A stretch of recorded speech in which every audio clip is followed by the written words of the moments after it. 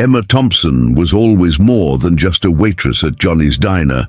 At 42, she had devoted nearly her life to the restaurant, which over the course of nearly 20 years had become an extension of her home.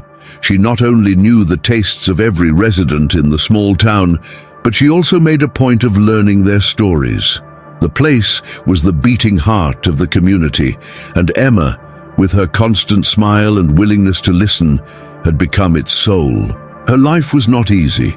As a single mother, she divided her time between work and caring for her 15-year-old daughter, Sarah. But for Emma, working at the diner was a way to give her daughter something she never had: emotional and financial stability, even if it meant giving up her own personal life. The restaurant was quiet that day, as usual in the morning. The smell of fresh coffee and bacon mingled with the low sounds of friendly conversation. Emma was serving a plate of scrambled eggs to Mr. Frank Morrison, one of Johnny's Diner's oldest and most beloved customers. Frank, a retired biker, had founded the Iron Veterans Motorcycle Club in the 1960s, and his presence was synonymous with respect among everyone in town. At 75 years old, he never missed a morning at the diner and always made a point of sitting at the same table near the window. He was a quiet man with a watchful eye who maintained his dignity even in the face of his grey hair and deep wrinkles. But that morning, the calm of the diner was shattered when a group of teenagers came in laughing loudly, clearly looking for trouble. When they saw Frank, they began to make cruel jokes about his retired biker look, mocking his age and appearance. Emma heard everything and felt a growing anger take over her body. Emma could no longer remain silent.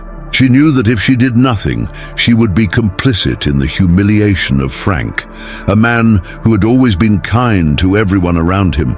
Without hesitation, she approached the table where the group of teenagers were sitting, her heart beating faster. She politely but firmly asked them to stop teasing.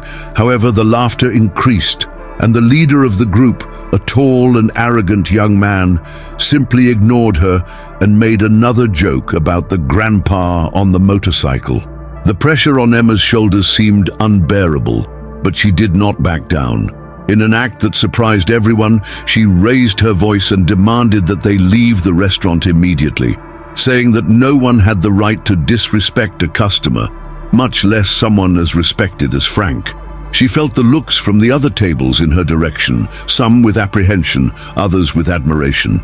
But for her, there was no choice anymore.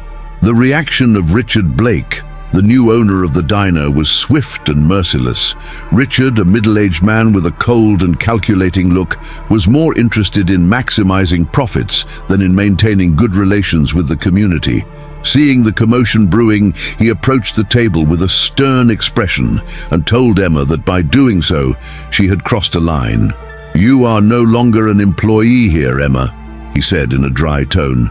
She did not have time to defend herself before Richard fired her in front of everyone. Silence fell over the room. Emma stood there, stunned, unsure if the words had actually come out of his mouth. The impact of the firing seemed to weigh much more heavily than any provocation from the teenagers. She looked at Frank, who now seemed even more silent, as if trying to understand what had happened. But before she could say anything, the teenagers, seeing what had happened, got up and left, without giving a damn about what had just happened. Emma walked to the door of the restaurant, not looking back. The heat of tears threatened to invade her eyes, but she forced herself to keep her composure. The street was silent, with the sound of motorcycles in the distance, as if the rest of the world kept moving while she tried to make sense of what had just happened. She wasn't sure what she would do now. Working at Johnny's Diner was more than a source of income. It was her life, her connection to the city, her way of keeping her daughter Sarah safe.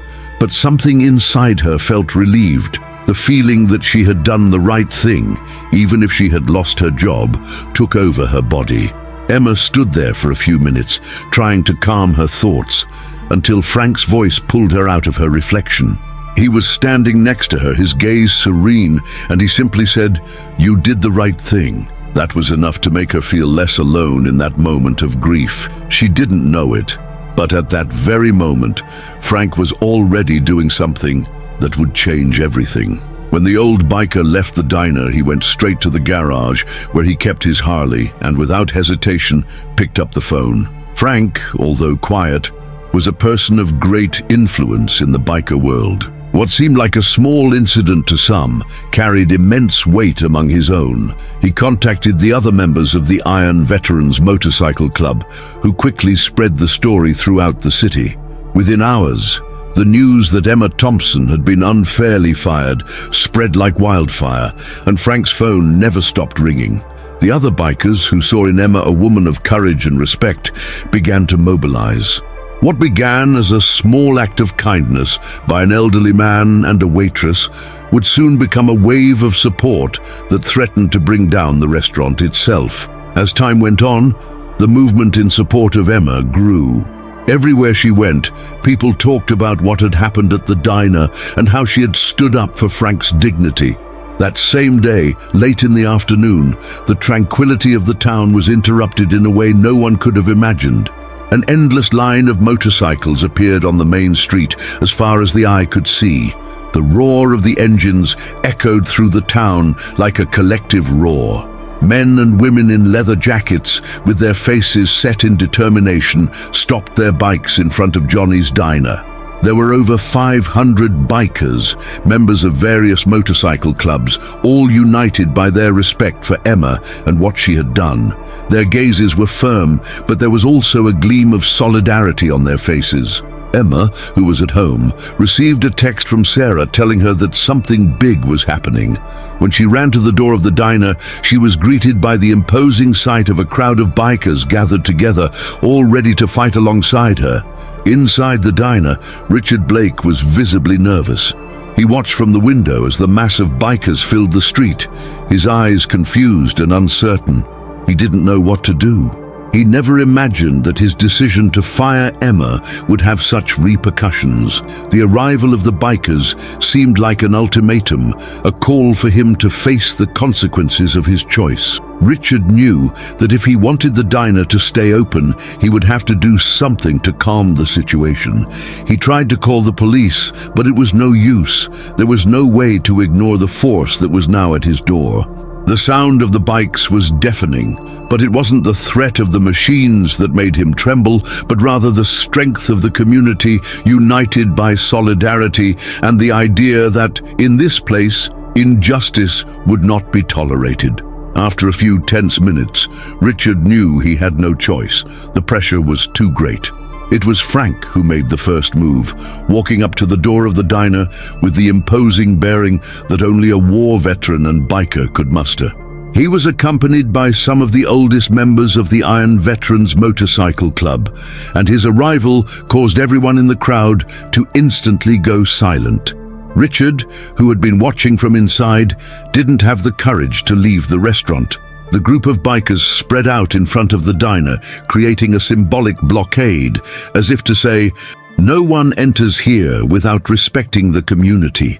Frank approached Richard, arms crossed, and said simply, "You're going to sell this place, or we're going to do it for you."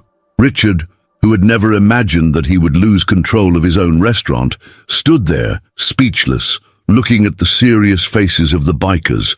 There was no more room for negotiation, and he knew it. Within minutes, Frank had won the support of every biker club in the city, and Richard had no choice but to agree to sell the diner.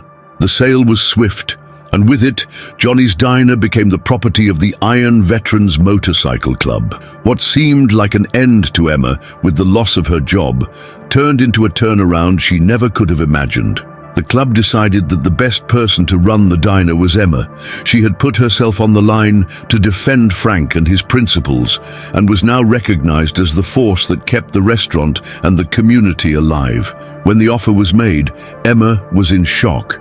She knew it would be a huge challenge, but she also understood that this was her chance to rebuild something important, not only for herself, but for her daughter Sarah, and for everyone who considered the diner an extension of their lives.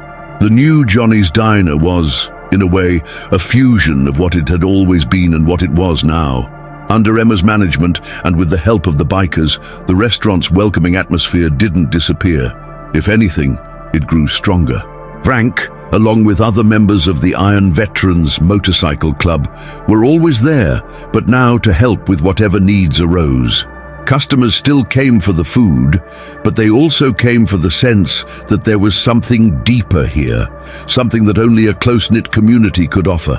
Emma worked harder than ever, and every time she walked through the doors of the diner, a sense of belonging filled her chest. She knew she was no longer alone. And although the work was hard, there was something unusual about the way the bikers respected the traditions of the place. The small talk at the corner table, the coffee served with a smile, the warm welcome from everyone who passed by.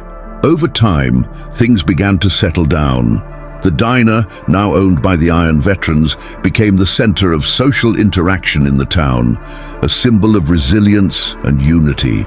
What Richard Blake had never appreciated, the sense of community, loyalty, and respect for others, was in fact what made the diner thrive. Emma, who had started her journey in that small town as a waitress, was now the manager of the place that meant so much to the locals. Deep down, she knew that the fight she had fought to defend Frank and his dignity had not been in vain. She had not only regained what she had lost, but she had also gained something much greater, the respect of everyone around her. And for her, that had always been more important than any paycheck. Emma's daughter, Sarah, was one of the most impacted by the entire transformation. Before, she had seen her mother tired, but she had never questioned Emma's dedication to the diner. But now, seeing her running the place with the support of the entire biker community, she understood that her mother not only had courage, but also a huge heart.